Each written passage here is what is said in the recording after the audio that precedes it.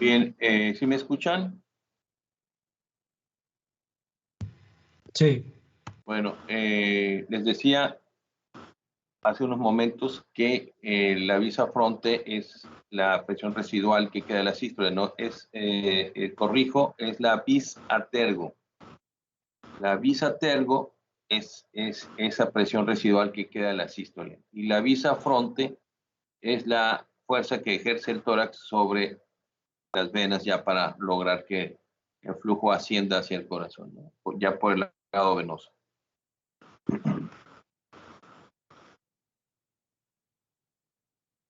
¿Listos?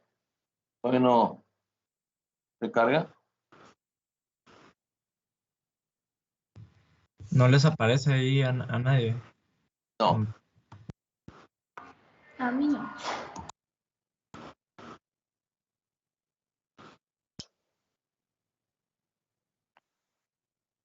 Doctor, Sí. en lo que carga dos cositas. Uno, no estuve en el pase de lista, pero pero a ver si me podría quitar la falta. Soy Wong. Y ¿Quién es? ¿Eres Wong? sí, pues Wong. Ok. Y otra, la práctica ¿qué va a pasar con esa? No te escuché. La La práctica práctica, no se escucha. la práctica de Da Vinci, ¿qué va a pasar con ella? Ayer hablé con el doctor Eleodoro González. Están colocando una torre de laparoscopía en el quirófano donde está el Da Vinci. Una torre más y todavía no queda listo. Pero me dijeron que probablemente este fin de semana quede listo porque el lunes tienen cirugía programada. Y que entonces me va a avisar a ver si se puede el sábado. ¿Ok? A ver si pudiéramos ir el sábado temprano. Eso quedó de avisarme. Doctor, Ok. disculpe, no sé si me podrá hacer moderador a mí, Enrique, porque mi compañero está teniendo problemas para poner la presentación. Levante la mano.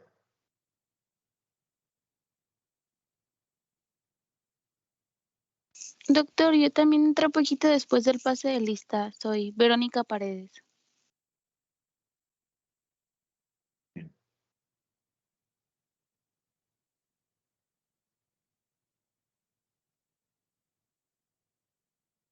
Mariel Moreno está.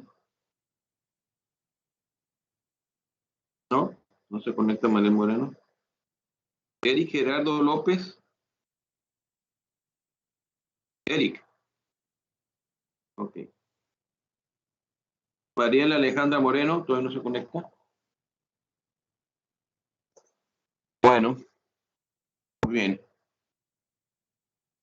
Adelante, ya se ve bien la exposición.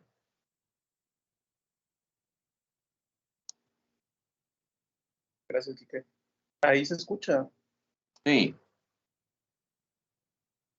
Bien. Cuando gustes, Quique.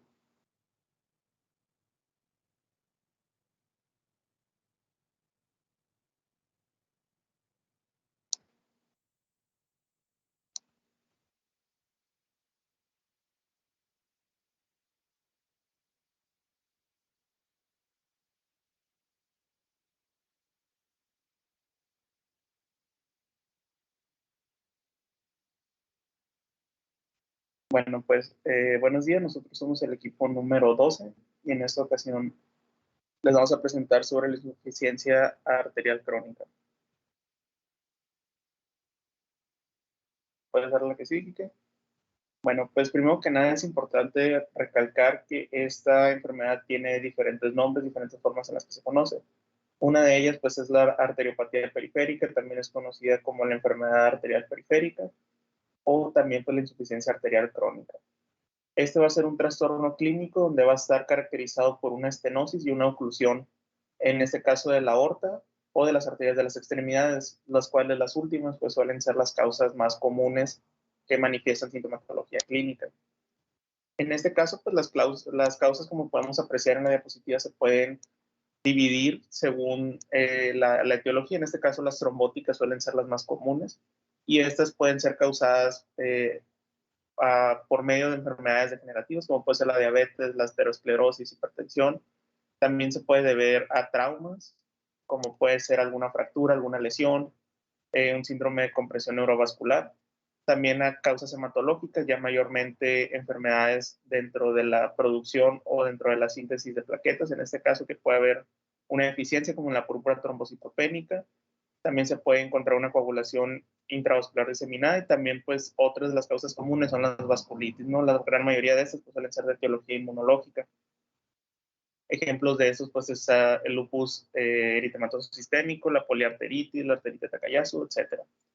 Y pues estas mayormente se van a presentar dentro de adultos que tengan una edad superior a los 40, eso pues más que nada por los estilos de vida que han conllevado y que mayormente se asocia dentro de nuestro país con la diabetes y con los espectros del síndrome metabólico.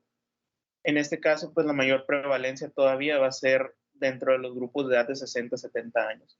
Si puedes darle la que sí, Quique, por favor.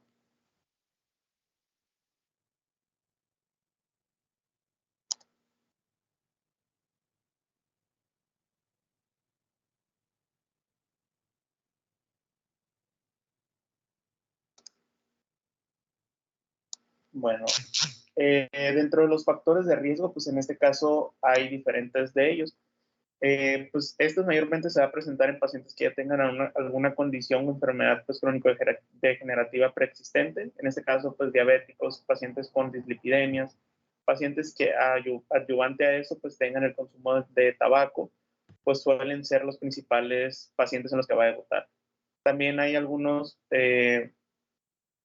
casos donde los genes se pueden ver implicados, inclusive la historia familiar puede ser un factor de riesgo para aquellos pacientes que estén presentando dicha patología.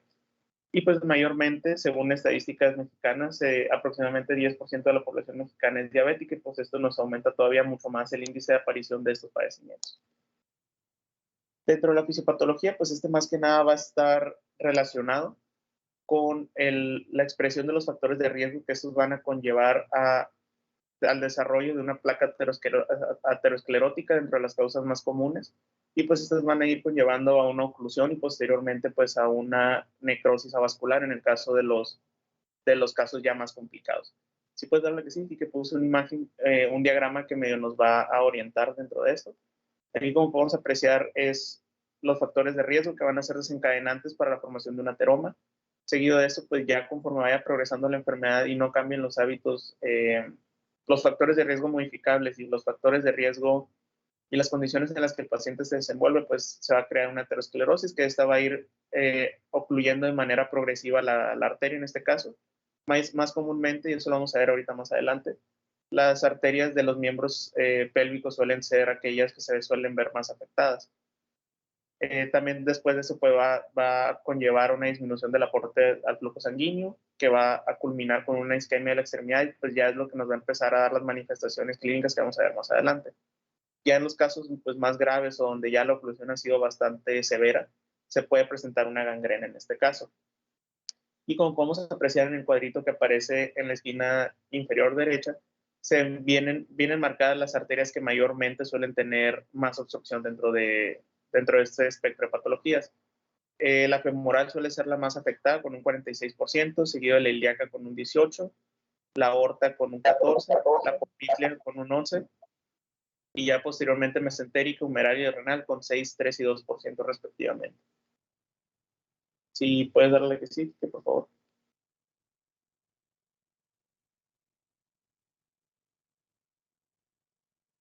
Bueno, dentro de la clínica, la manifestación más evidente dentro de este tipo de pacientes, pues es la claudicación intermitente. En este caso, este va a ser el síntoma más común, que va a ser caracterizado por dolor, calambres musculares, parestesias y sensación de fatiga entre los músculos que se vean afectados o que sean irrigados por la arteria que está ocluida. Mayormente se puede agravar durante el ejercicio y va a aliviarse con el reposo. Alguna referencia que hacían algunas bibliografías es que es una angina de miembros de extremidades, en este caso se le comentada, ya que tenía las mismas condiciones que una angina dentro del corazón. Seguido de esto, pues la localización del dolor por parte de la clínica nos va a orientar mucho hacia qué arteria suele estar obstruida. En este caso se mencionaba que el dolor a la altura de los glúteos y las caderas, pues se sospecha de una obstrucción aortoilíaca. Si es a nivel de los muslos, de una obstrucción de la arteria femoral común o de la aortoilíaca también. En los 2/3 superiores de la pantorrilla, que suele ser la más común, es una arteria femoral superficial. En el tercio inferior de las pantorrillas de la arteria popltea y una claudicación del pie total. Esto pues ya nos indica una arteria tibial o peronea en este caso. La claudicación pues va o ya es considerada como grave cuando la sintomatología suele permanecer en reposo, ¿no? Ya que pues esto nos indica una obstrucción una obstrucción que de igual manera semejándolo a la angina del corazón que no cede en reposo, entonces ya nos indica pues un cuadro clínico bastante agravado. Seguido de esto, la exploración física, pues en esta lo más evidente que nosotros podemos apreciar o detectar dentro del paciente pues es que va a haber una disminución de los pulsos de las arterias que van a ser afectadas. En este caso de la arteria femoral y de la arteria popltea suelen ser los más comunes. A su vez también se van a ir afectando los pulsos que estén distales a la arteria. En el caso de una obstrucción popltea, por ejemplo, se pueden encontrar una disminución de los pulsos pedios y de los pulsos peroneos en este caso. También es común encontrar la presencia de soplos dentro de las arterias que se ven afectadas, así como una atrofia muscular, esta pues por la misma disminución del aporte de nutrientes hacia los músculos que son irrigados por ella. Después de eso también se puede llegar a acompañar o complementar o agravar todavía más con una neuropatía isquémica. En este caso, pues va a ser o se puede presentar con unas parestesias o hiporreflexes. De igual manera, el cuadro clínico se puede dividir en la fase precoz o en la fase tardía. ¿No? En la fase tardía, pues ya son cuando son estadios muy avanzados que no se dio un manejo adecuado. Dentro de la fase precoz se puede presentar dolor, palidez, esta frialdad, impotencia funcional y también la ausencia de pulsos, que esta suele ser de manera aguda prácticamente. Y ya la que nos corresponde un poquito más a la fase tardía, que ya va más relacionada a la cronicidad de los padecimientos, es la hipoestesia o anestesia de la extremidad, una cianosis por la disminución del pulso, las flictenas, rigidez muscular y la gangrena también, en los casos pues, más graves. Si puedes darle la que sigue, por favor.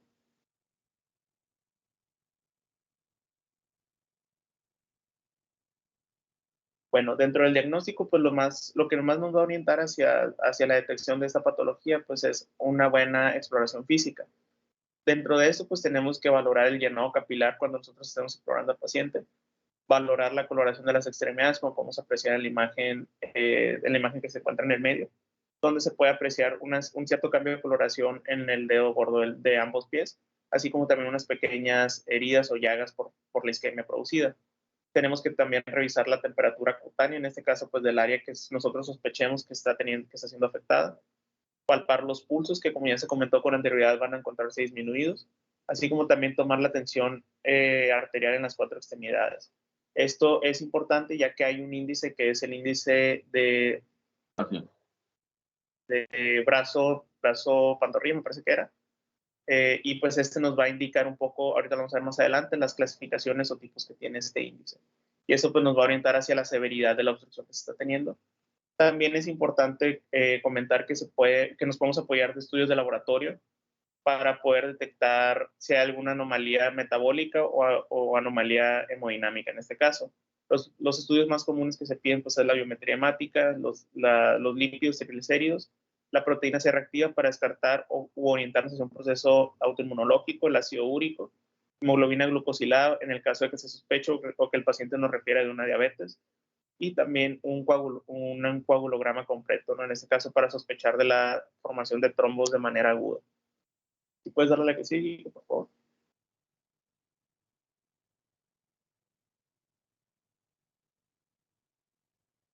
Bueno, aquí tenemos también dentro del diagnóstico nos podemos apoyar del ecodoppler en este caso para poder valorar el flujo venoso y arterial, en este caso para tratar de detectar algún tipo de obstrucción dentro del mismo flujo.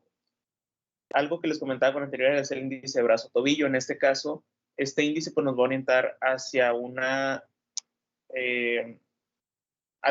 el estadio en el que se encuentra la obstrucción y nosotros poder dar un manejo apropiado.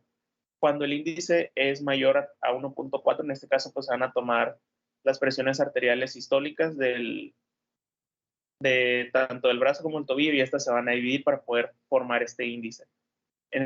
Como las presiones deben de estar más o menos similares, no debe haber mucha discrepancia dentro de estas. Entonces, ya si llega a haber mucha diferencia o el índice empieza a disminuirse, es cuando ya nosotros empezamos a sospechar de padecimientos graves. En el caso de que el índice nos dé mayor a 1.4, pues nos va a indicar que el paciente no es susceptible a oclusión y por lo tanto se puede dar un manejo un poco no tan severo. Cuando el paciente presenta un índice de 0.9 a 0.7, en este caso pues ya se sospecha una lesión estenótica por una falta de distensión del vaso. Seguido de esto, ya un índice de 0.69 a 0.4 nos indica una lesión moderada y un índice menor a 0.39 ya nos indica una enfermedad arterial severa.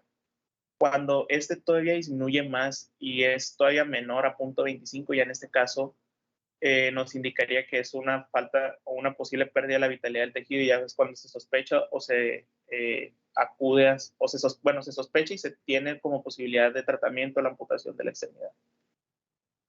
También hay otras pruebas no invasivas que en este caso se pueden utilizar. Dentro de ellas tenemos las mediciones segmentarias de la presión, que estas se van a ir tomando de manera paulatina dentro de las 4 extremidades para ver o valorar la evolución de la misma. Los registros segmentarios del volumen del pulso, de igual manera para ver cómo están las pulsaciones dentro de las arterias y también valorar qué tanto flujo está corriendo a través de ellas. La ecografía Doppler o duplex también. La oximetría transcutánea, en este caso para valorar qué tan oxigenada está haciendo la sangre que está llegando a las extremidades, y las pruebas de esfuerzo en este caso, ya que como les comentaba con anterioridad, se van a relacionar un poco con la presencia de aparición de los síntomas en las fases tempranas. Si puedes darle que sí, por favor.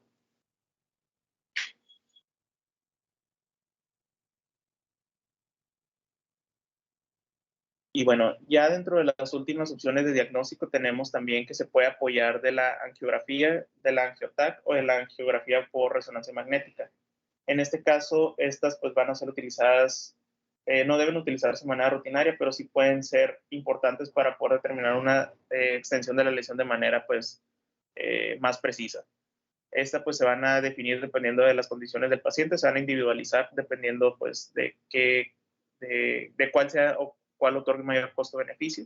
La arteriografía también se mencionaba que podía ser útil dentro de estos casos y que se recomendaba valorar la utilidad del uso del medio de contraste, ¿no? Ya que se mencionaba que si se utiliza y la obstrucción suele ser muy severa, pues el medio de contraste no va a fluir y esto puede llegar a generar algún tipo de afección renal dentro del paciente. Y pues aquí podemos apreciar ciertas imágenes de angiotac en este caso, donde en la imagen que apreciamos del lado izquierdo se puede apreciar una obstrucción total de la ilíaca derecha en este caso. Y pues en este caso se alcanza a ver una obstrucción, sin embargo sí alcanza a fluir el medio de contraste hacia el resto del vaso, pero igual se alcanza a ver una extensión pues un poco extensiva. De igual manera podemos apreciar lo mismo dentro de las imágenes del lado derecho, pero ya en diferentes zonas anatómicas. En la parte inferior también se puede apreciar la bifurcación de las ilíacas, ya que se comentaba también que dentro de la clínica los puntos de bifurcación de arterias eran los más comunes para que sucedieran ese tipo de enfermedad.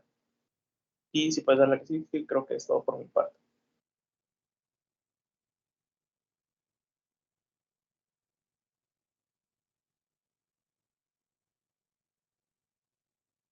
Muy bien, ¿me escuchan? Sí. Ok, gracias. Bueno, entonces, continuando ahora con el manejo.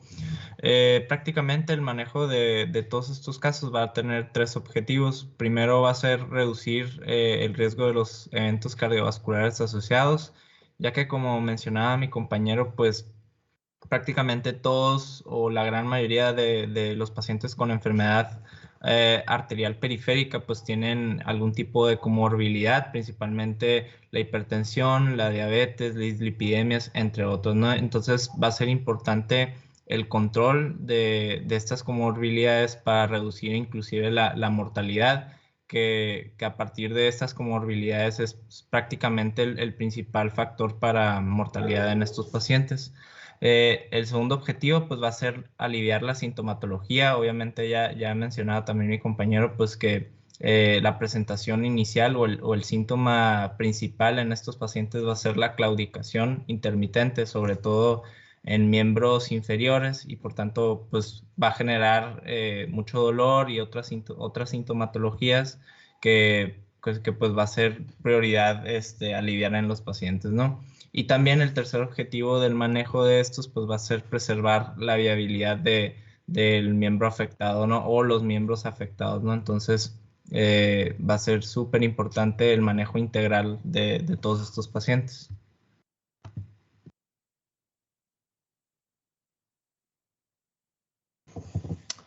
Ok, bueno, empezando primero por lo que corresponde al tratamiento médico, va a consistir de diferentes estrategias. Primero se tienen los cambios en el estilo de vida, sobre todo para modificar los factores de riesgo que ya les mencionaba, ¿no? Que principalmente es la hipertensión arterial, la diabetes mellitus, el tabaquismo y las dislipidemias, que son los que se han visto que predisponen o más bien influyen más en la mortalidad de estos pacientes, ¿no? En cuanto a los cambios del estilo de vida, pues aquí les pongo como esta gráfica en la parte superior de la pantalla, pues incluye en sí los cambios en la dieta, tener un ejercicio que se ha visto que el ejercicio, sobre todo que sea organizado y con una estructura eficiente en los pacientes, con una recomendación general de 30 a 45 minutos de caminatas de 3 a 4 veces por semana, se ha visto que mejora muchísimo la sintomatología, sobre todo hablando de la claudicación en los miembros inferiores, hasta de un 40 a un 60% cuando se sigue este régimen promedio en 12 semanas. Se ha visto que mejora bastante la sintomatología, entonces va a ser de suma importancia enfatizar a los pacientes la importancia de modificar estos estilos de vida.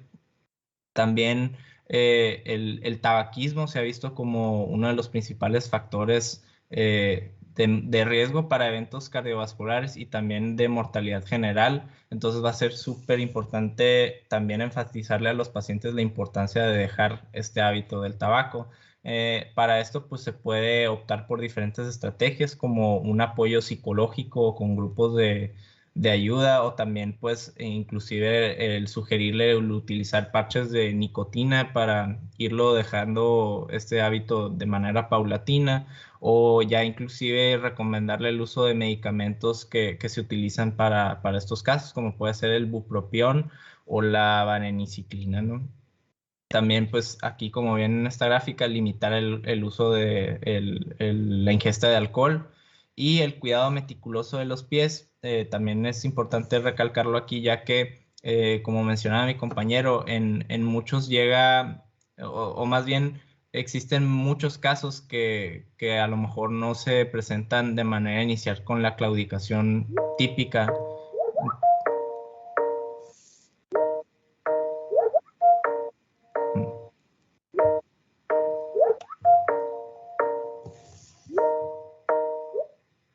Les Perdón,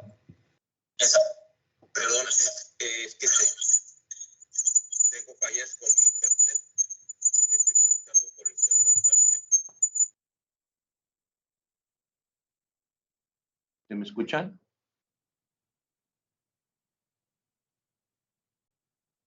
Sí, Sí, se escucha. perfecto. Es que quiero estar conectado con las dos porque me está fallando el internet. Hasta ahorita lo principal lo he escuchado. A ver, sí, nada más. Sí, sí, sí, para estar en las dos, por favor.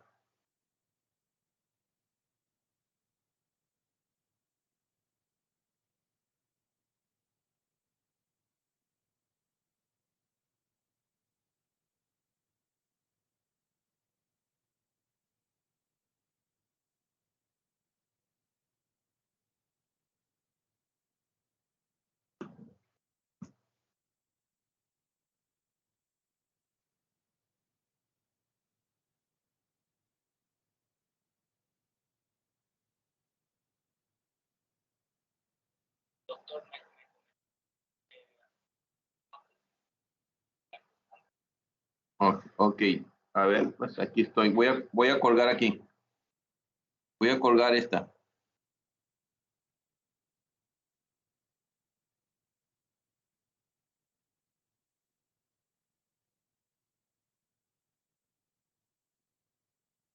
A ver, ¿sí me escuchan? Sí, sí lo escuchamos. Ok, a ver, nada más que no puedo ver yo la pantalla. Otra vez, Enrique, si puedes compartir. Ahí está. Mm,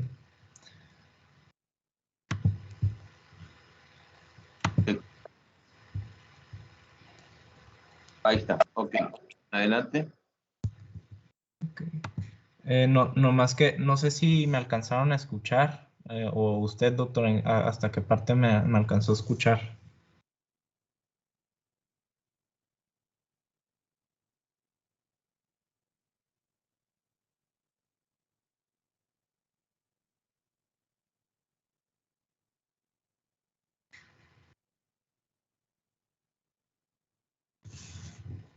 Sí se ve la presentación, ¿verdad? Sí, sí se ve. Ah, ok, gracias. Doctor, no sé hasta qué parte se cortó o en dónde continuó. No sé si alcanzó a escuchar lo de los cambios del estilo de vida y todo eso. Sí, sí se escuchó, pero creo que te faltó el cuidado de los pies. Ah, ok. Bueno, ok, gracias. Bueno, como les mencionaba, también el cuidado de los pies en estos pacientes va a ser importante, ya que una parte de estos pacientes llegan a lo que ya mencionaba mi compañero, que es la isquemia crítica de miembros, que por lo general se va a presentar ya en los pacientes como úlceras o gangrenas en los pies y por tanto es importante recomendarle a los pacientes el uso de calzado cómodo, pero aparte también que proteja esa zona, ¿no? Y bueno, pasando a las medidas farmacológicas, primero va a ser importante el uso de terapia antiplaquetaria. Diversos estudios no han visto una gran diferencia entre si se utiliza un solo antiagregante, o que principalmente sería la aspirina por sí sola, o su uso con biterapia, ¿no? O sea, una aspirina junto a un inhibidor de los P2Y12, como son el Prasugrel, el Ticagrelor o inclusive el Clopidogrel, ¿no? Entonces, pero de manera general, pues se tiene que dejar algún tipo de antiagregante plaquetario en estos pacientes. Principalmente, como ya les decía, se puede utilizar la aspirina a dosis bajas de 162 a 325 miligramos, ¿no? O se puede dejar junto al ticagrelor, que es el Brilinta que aparece aquí, o al Prasugrel, ¿no? Luego también importante el manejo sobre todo de la presión arterial en los pacientes, donde principalmente se van a emplear fármacos como los inhibidores de la enzima convertidora de angiotensina o antagonistas del receptor de angiotensina 2. Y también en pacientes con enfermedad coronaria también sí se mencionaba importante utilizar beta bloqueadores, ¿no? En estos casos. Y también el manejo de las dislipidemias, sobre todo principalmente con estatinas, ¿no? Esto sobre todo principalmente debido a lo que ya les mencionaba, que va a ser importante controlar las comorbilidades cardiovasculares, sobre todo para reducir el riesgo de eventos como infartos al miocardio o algún tipo de EBC, ¿no? O trombosis.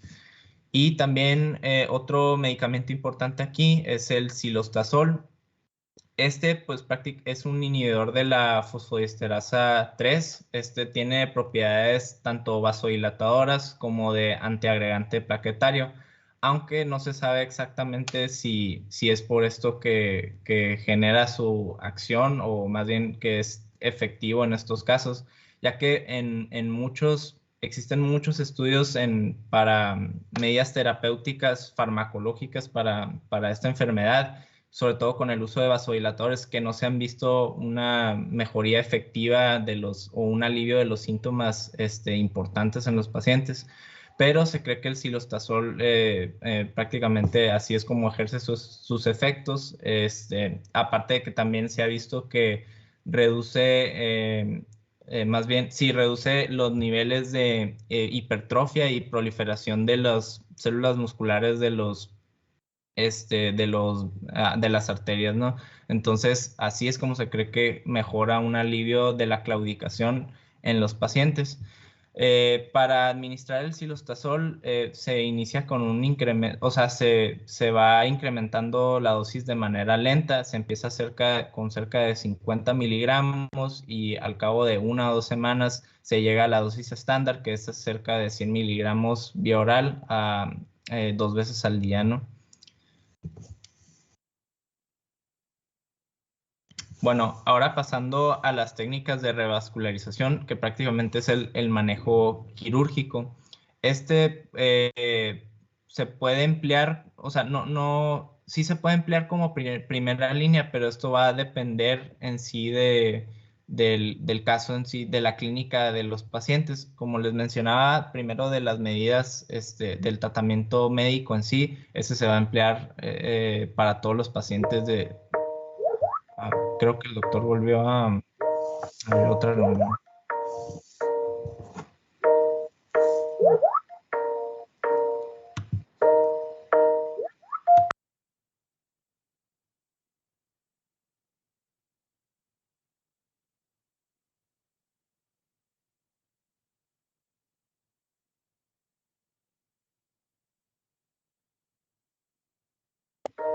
¿A ustedes también les aparece que les marca el doctor? ¿O a mí nomás?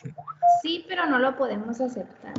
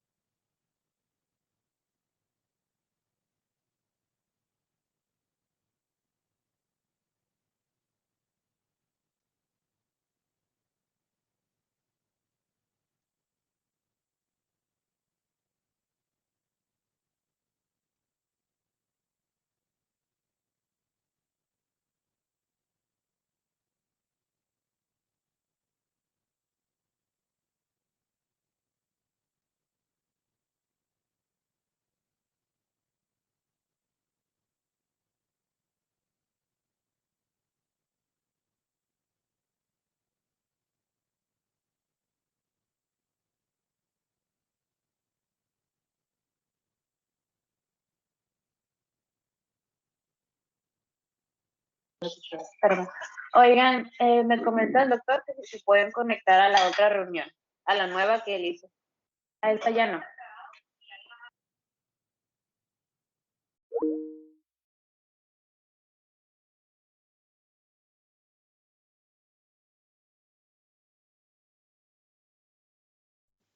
Un momentito.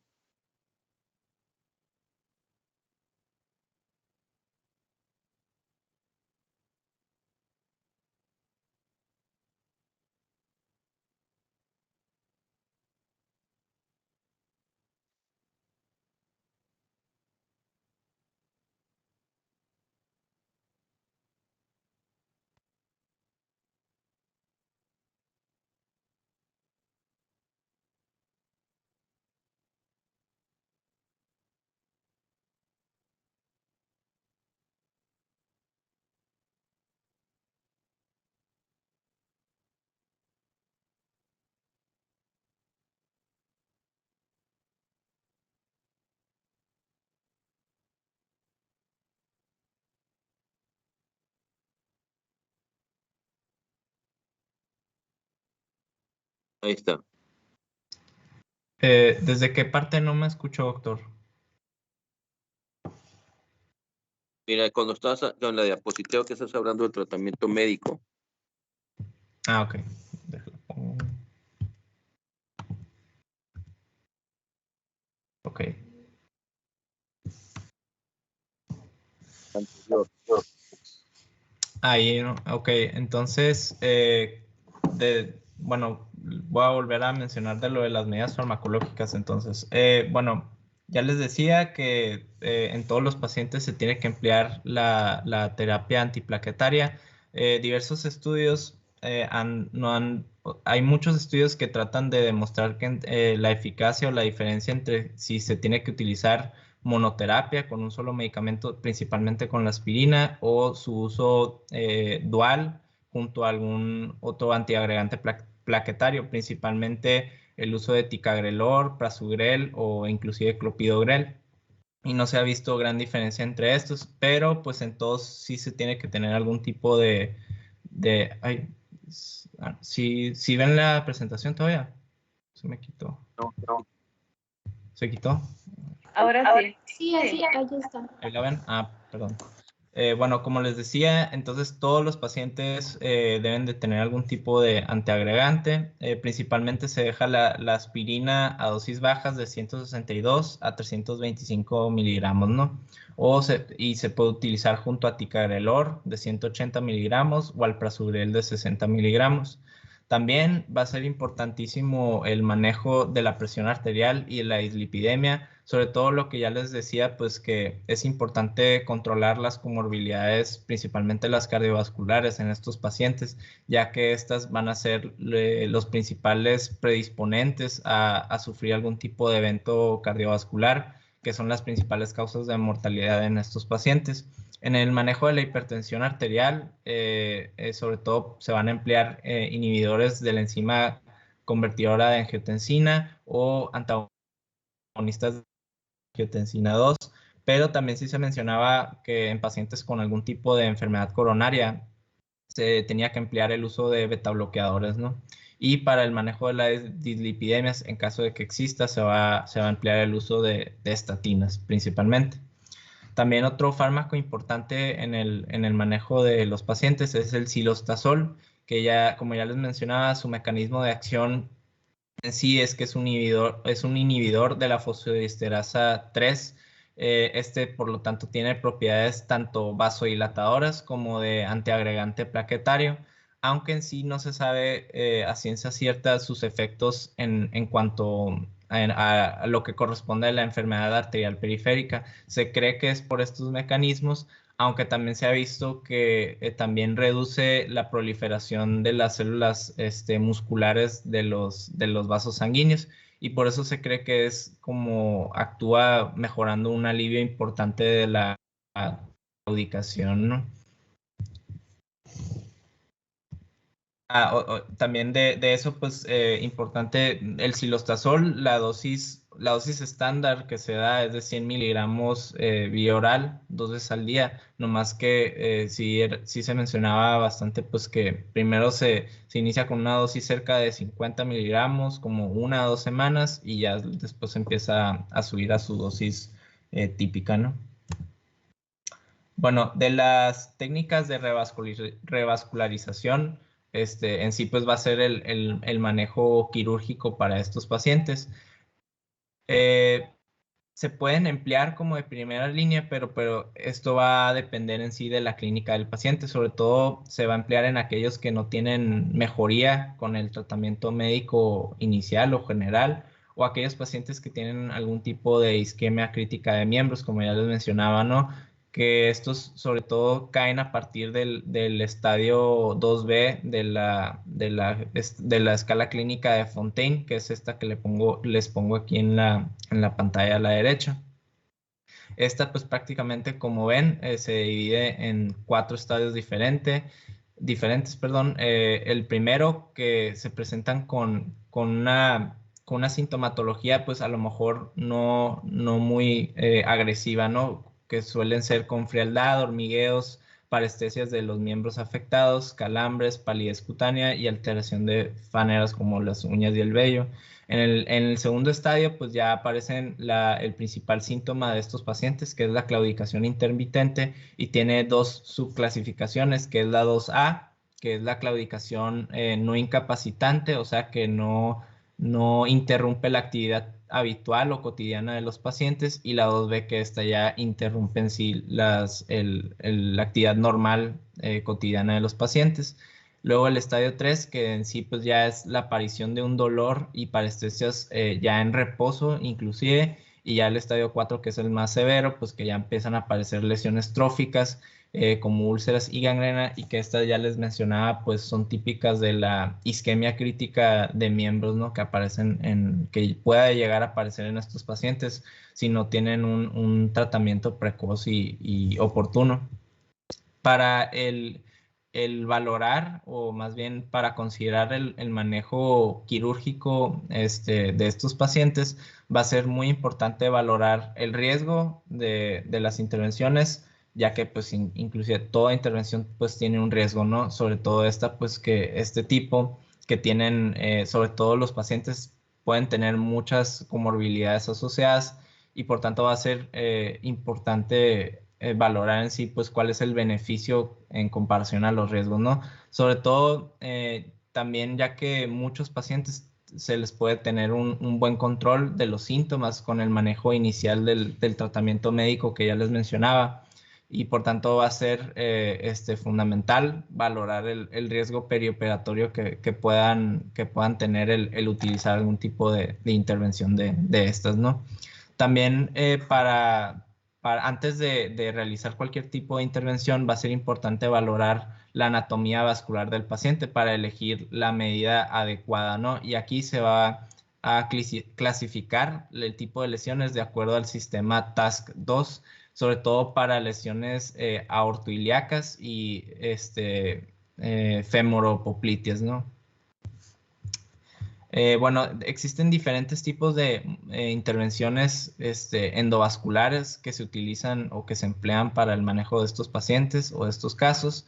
Principalmente, o los más utilizados son la angioplastía de balón transluminal percutánea, o PTA por sus siglas en inglés, la aplicación de stents, la endarterectomía, que consiste básicamente en la extracción de las capas de ateroma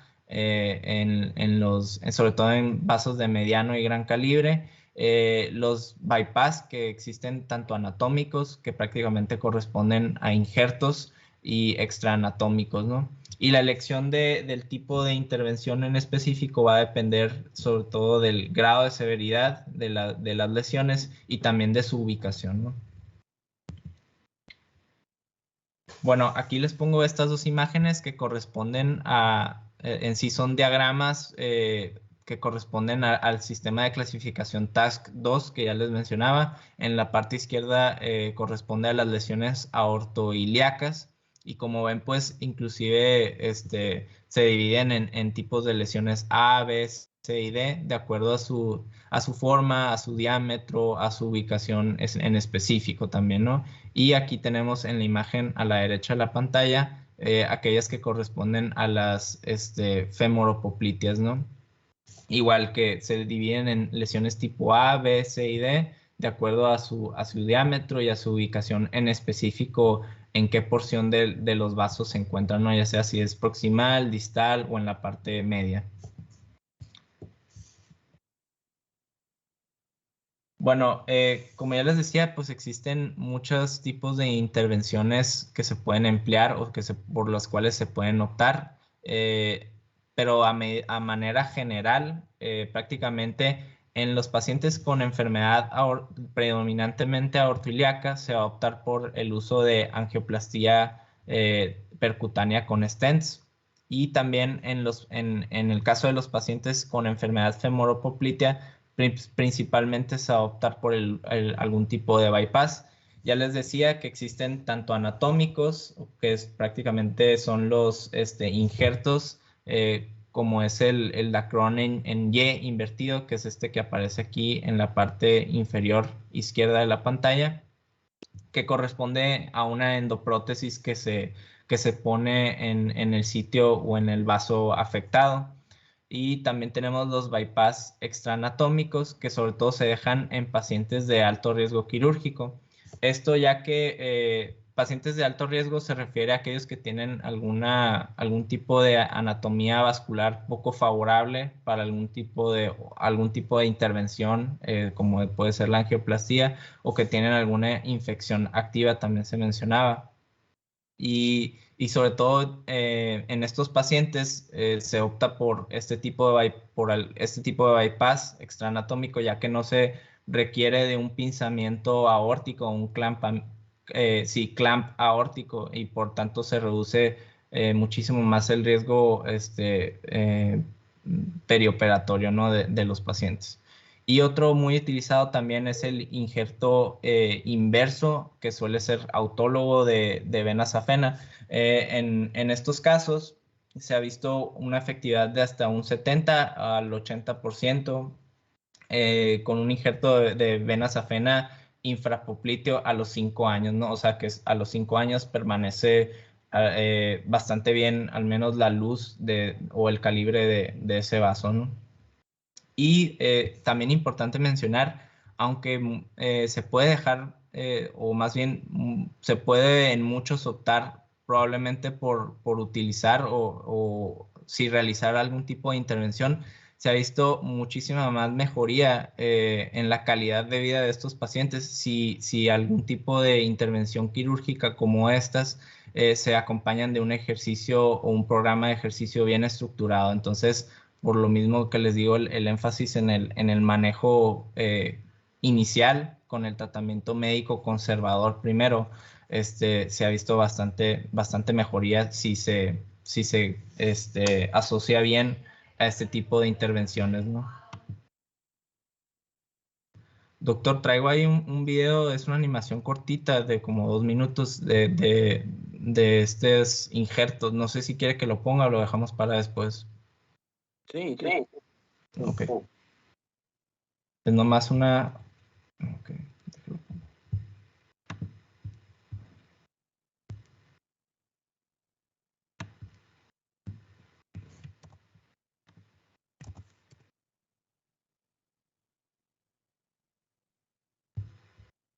No tiene audio, entonces no. Nomás es una animación.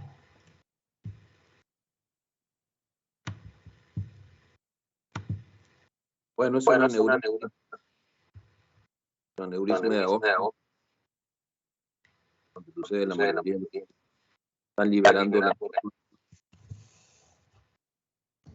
nada más que ahí. Sí está. Subyacente la.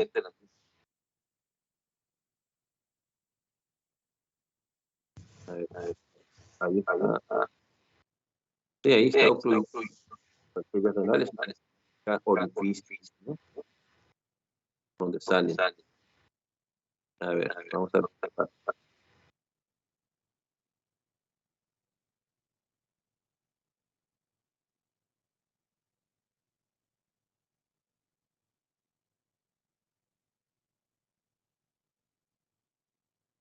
Ponen ahí un... sí.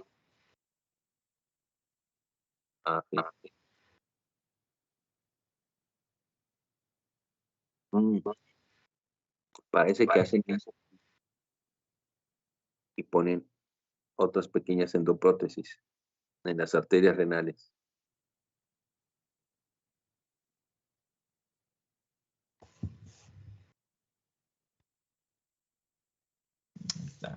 Es un video corto nomás para ver cómo se ponen estos endoprótesis y los extenso.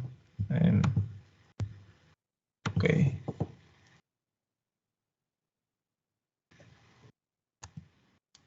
Bueno, ahí sí se ve la presentación, ¿verdad? Sí. Ok. Bueno, ya les pongo estos algoritmos a manera de que resuman muy bien en sí el por dónde se optan estas medidas quirúrgicas, ¿no? En el algoritmo aquí de la izquierda aparece de acuerdo a la clasificación clínica de Fontaine o a los estadios en sí, por dónde se va a optar, ¿no? En aquellas que no tienen, o más bien que tienen solo claudicación que no interrumpa las actividades habituales de los pacientes, prácticamente todos estos se van a manejar con el tratamiento médico que ya les mencionaba, ¿no? Que es la modificación o los cambios en los estilos de vida y la terapia farmacológica. Y ya en los que tienen lesiones o más bien manifestaciones clínicas más severas, pues por estos ya se va a optar primero, igual se tiene que realizar la técnica de imagen para valorar la anatomía vascular, como ya mencionaba mi compañero, principalmente una angiotac o una angioresonancia, y ya a partir de ahí pues se define en sí por dónde están las lesiones, el grado de severidad y por tanto pues por dónde se va a optar, ¿no? Ya les decía que principalmente las femoropopliteales o las de territorio distal se va a optar por un bypass, ¿no? Como ya les decía, pueden ser los injertos anatómicos, como la endoprótesis de la Crohn ya invertida, o pueden ser extraanatómicos, ¿no? Sobre todo las que utilizan el injerto de vena safena inverso. Y también en las estenosis segmentarias en regiones proximales, principalmente las aortoilíacas, pues se va a optar, o más bien va a ser de primera línea el uso de angioplastía percutánea o la tromboendarterectomía, ¿no? Y también en este algoritmo que les pongo en la parte derecha de la pantalla, aquí también inclusive lo divide en cuanto al tamaño en sí de la lesión, ya sea si son menores a 5 centímetros, aquí en las aortoilíacas pues se opta por el poner stents, y aquí en el caso de las femoropopliteas, si son menores a 25 centímetros, se opta por poner stents, o si son mayores a 25 centímetros, se opta por el utilizar un bypass de la safena. Pero pues como les digo, esto va a depender en sí de cada paciente y su tipo de lesión, ¿no? Ya hablando del pronóstico, pues la historia natural o la evolución de la enfermedad de estos pacientes va a ser influenciada principalmente por las comorbilidades asociadas, sobre todo la aparición de eventos cardiovasculares. En sí, la supervivencia a 5 años de manera general es buena, es cerca de un 70 a un 75% en aquellos pacientes que tienen un manejo o el tratamiento médico general que se les da a todos. Sí se ha visto que la mortalidad a 5 años también es del 15 al 25% aproximadamente, sobre todo asociada a la aparición de estos eventos cardiovasculares que ya les decía, principalmente un EBC o un infarto miocárdico, ¿no? Del 25 al 30% de los pacientes con isquemia crítica de miembros van a requerir la amputación al año de aparición de la enfermedad o al año también del diagnóstico. Esto importante mencionar de la amputación, pues es que ya solo se realiza en cerca del solo el 5% de todos los pacientes con esta enfermedad. O sea, es la última medida de tratamiento que se deja, ¿no? Y sobre todo en los pacientes con isquemia crítica que ya están muy avanzados, ¿no? Bueno, ya para terminar, nomás de las medidas a futuro y medidas que están en investigación para el tratamiento de estos casos. Primero, pues mencionar que la isquemia crítica de miembros sigue sin tener un tratamiento efectivo que sea definitivo como tal. Se ha estudiado mucho el uso o la administración de prostaglandinas por sus efectos vasodilatadores, pero se han demostrado que no son lo suficientemente efectivas como para prevenir el desarrollo de síntomas o prevenir la pérdida de miembros, ¿no? En los casos con isquemia crítica. También otro medicamento muy estudiado ha sido la pentoxifilina, que se ha visto que incrementa la microcirculación y aumenta la oxigenación de los tejidos afectados, aunque sus resultados en ensayos clínicos en comparación con placebo han sido modestos, ¿no? Y por tanto todavía no se suele sugerir su uso en sí como típico pues en estos casos. Y también de mencionar las líneas de investigación, sobre todo para el desarrollo de fármacos o medidas terapéuticas, principalmente se han enfocado en la transferencia genética de ADN para diversos factores de crecimiento, como son el factor de crecimiento vascular endotelial, el factor de crecimiento de fibroblastos e inclusive el factor inducible por hipoxia 1A. Pero todavía al menos hasta el día de hoy, los resultados clínicos no han demostrado ser lo suficientemente efectivos o favorables para su empleo rutinario, ¿no? Y pues eso sería todo de nuestra parte. Bueno, en este capítulo de la angiología, que es la enfermedad arterial periférica, pues ha habido un tremendísimo avance en general en la especialidad. En las últimas 2 décadas, les puedo decir, aunque ya me había tocado a mí acudir a un congreso de cirugía endovascular en 1993 en Guadalajara. Y ya se veía venir pues todo este boom de la cirugía endovascular. Y actualmente hay 2 lugares en México, cuando menos hasta lo que yo sé ahorita, que están teniendo este entrenamiento también en el ISSSTE, ¿no? Digo, en el Seguro Social. Pero el que más tengo contacto ahorita es con egresados del 20 de noviembre y recientemente estuve en el Hospital Ignacio Zaragoza del ISSSTE también en México y que tienen acaban de iniciar con la especialidad de angiología y tienen una sala de hemodinamia equipadísima, de tal forma de que ya los muchachos están saliendo entrenados en cirugía endovascular. Y actualmente se dice que el 90% pues puedes resolverlo con cirugía endovascular. Sin embargo, es caro este tipo de procedimientos y entonces siempre hay que encontrar un nivel medio, ¿no? De combinar, o sea, actualmente se habla de la cirugía híbrida para el salvamento de extremidad, en el cual puedes usar angioplastía y después poner bypass. Combinados. Bueno, aquí lo importante señalar es que el síntoma principal de esta enfermedad, cuyo principal etiología es la arteriosclerosis, aunque puede haber un quiste de la adventicia, como ya mencionaron, o puede haber una fibrodisplasia muscular o derivados de niveles altos de la homocisteína. El caso es que lo que va sucediendo es que se van acumulando placas, son placas rígidas, segmentarias, se distribuyen sobre todo en los sitios de bifurcación de las arterias, donde el flujo sanguíneo tiene mayor fricción. Y esta enfermedad pues provoca un síntoma que se llama claudicación intermitente. Este síntoma hay que saberlo diferenciar porque el paciente llega al consultorio con dolor de miembros inferiores y a todo le llama mala circulación, ¿verdad? Entonces, si el paciente llega, se levanta y desde que pone un pie en el piso ya tiene dolor, ya sea en la rodilla o en la cadera, entonces no estamos hablando de una claudicación intermitente.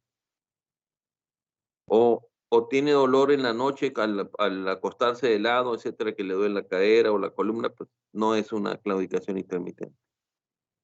La clave de la claudicación intermitente es el dolor en la marcha. El sujeto está caminando y a determinada distancia, 200 metros, 300 metros o menos de 150 metros, se tiene que detener porque le viene un dolor tipo calambre, que puede ser en la pantorrilla o en el muslo y glúteo. ¿Ok? Viene un dolor tipo calambre que lo obliga a detenerse con el ejercicio al caminar. Detiene la marcha y en 3 a 5 minutos se recupera. Y se llama intermitente porque puede volver a caminar la misma distancia y se le vuelve a presentar el mismo dolor. Y así, deteniéndose varias veces, llega a su destino. La enfermedad arterial periférica, hablando de miembros inferiores, se clasifica en 3 grandes grupos, como bien ya dijeron. Enfermedad aortoilíaca, enfermedad femoropoplitea y enfermedad tibioperonea. Y esta es una clasificación también clínica, en la cual al explorar al paciente, si no tiene pulsos femorales de entrada, pues ya estamos hablando de una oclusión alta. Ya estamos hablando que tiene una oclusión en el segmento de la aorta a la femoral, que son las ilíacas, en el segmento ortoilíaco. Y por lo tanto, aquí la claudicación va a ser alta, va a ser una claudicación del muslo y del glúteo. Luego, si el paciente sí tiene pulsos femorales, pero no tiene pulsos popliteos, estamos hablando de una enfermedad femoropoplitea, en donde la claudicación puede ser en el muslo o puede ser en la pantorrilla. ¿Verdad? Lo más típico es que sea en la pantorrilla. Y estamos ahí, no tiene pulso popliteo, pero tiene pulsos femorales. Y la otra es que tiene pulso femoral, tiene pulso popliteo, pero no tiene pulso pedio ni tibial posterior. Estamos hablando de una enfermedad tibio-peronea. Sin embargo, cuando le hacemos la angiotomografía o la arteriografía, les salen lesiones tanto en el eje femoropopliteo como en el eje tibio-peroneo. Entonces, en los estudios, en las radiografías, en la angiografía, vemos lesiones combinadas, pues, ¿no? Pero clínicamente esa es la clasificación. Ahora es muy importante la clasificación de la Fontaine para que la estudien, porque es pregunta de examen. Y esa clasificación entre 2A y 2B se refiere a si el sujeto en la 2A puede caminar más de 150 metros o en la 2B puede caminar menos de 150 metros. ¿Sí? Y en la clasificación ya 3 y 4, pues ya es un dolor de reposo, ya es una isquemia crítica, ya es un paciente que requiere una intervención inmediata porque el pie está en riesgo. Ahora, nosotros pues seguimos haciendo bypass. Si es por arriba de la rodilla, podemos poner un bypass de injerto sintético de la arteria femoral común, digamos a la arteria poplitea, pero por arriba de la rodilla. Si es por abajo de la rodilla, lo que más dura, es decir, que más años dura permeable, es la vena safena, comparada con el injerto sintético. Aunque en ocasiones tenemos que poner injerto sintético porque no hay una buena vena safena para colocarla. Y entonces lo que hacemos es que ponemos en la anastomosis distal del injerto sintético femoropopliteo por abajo de la rodilla, ponemos un pequeño segmento de vena entre el injerto sintético y la arteria, ¿verdad? Entonces eso hace que se amplíe la compliance, mejora la compliance y que el injerto dure más tiempo permeable, corriendo flujo. En cuanto al, entonces, les decía, sí hacemos angioplastías, pero tratamos de encontrar un equilibrio porque es un método muy caro. Tan solo les puedo decir que aumenta el 50% o más de los honorarios, me refiero de todo el costo del paciente, ¿no? El 50% se lo lleva el material y los stents, de todo el costo entre hospital, honorarios médicos y el material que se usa. Desde el punto de vista de tratamiento médico, bueno, usamos, sí, como bien ya dijeron, un hipolipemiante, el control de la diabetes, ¿verdad? Y usamos cilostazol y aspirina. Recientemente ha aparecido una combinación entre rivaroxaban, que es un anticoagulante, pero a dosis bajas de 2.5. Entonces se recomienda rivaroxaban de 2.5, uno cada 12 horas, asociado con aspirina. y parece ser que esto está dando un buen resultado en evitar una amputación. Bien, otra alternativa que les quiero platicar para el tratamiento de la enfermedad arterial periférica es la cámara hiperbárica. Tenemos experiencia con cámara hiperbárica, que por cierto está pendiente de ir a una práctica de esto. Lo que pasa es que donde tengo conocidos de cámara hiperbárica la habían cambiado de lugar, probablemente ya esté funcionando para programar una visita. Les comunicaré próximamente. El caso es que la cámara hiperbárica, el sujeto está en una cabina en donde respira a través de una mascarilla conectada al oxígeno al 100%. El oxígeno que respiramos habitualmente está al 21%. Y el oxígeno, como ustedes saben, se transporta a través de los glóbulos rojos en la hemoglobina. Pero hay una parte del oxígeno que va en el plasma, que es el 3%. La terapia va dirigida también a ese 3%, el cual sube al 100% con las sesiones de cámara hiperbárica, al estar respirando oxígeno al 100%. Son sesiones de 1 hora y mínimo son 10 sesiones. Entonces el oxígeno empieza a llegar al tejido a través del líquido intersticial. Entonces, eso también mejora la claudicación, desinflama, puede ayudar a cicatrizar úlceras y hemos tenido una buena experiencia con él, aunque no es la panacea, ¿verdad? O sea, no hay como llevar flujo sanguíneo al pie a través de angioplastía o a través de un bypass. Sin embargo, en ocasiones no hay un buen sitio, un buen lecho distal, así hablamos, donde yo pueda ir a conectar un bypass. Y tampoco hay el presupuesto para una angioplastía. Entonces, una opción es la cámara hiperbárica. Bueno, muchas gracias, muy buena exposición. Muchas felicidades a los ponentes. ¿Tenemos otro tema?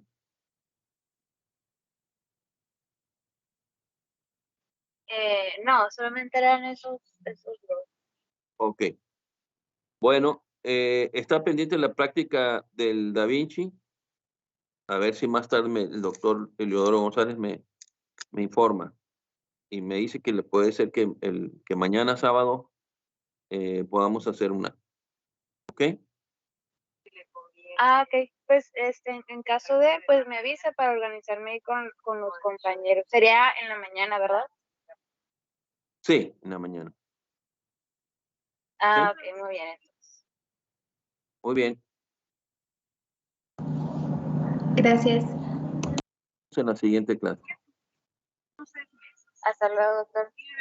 Bye bye.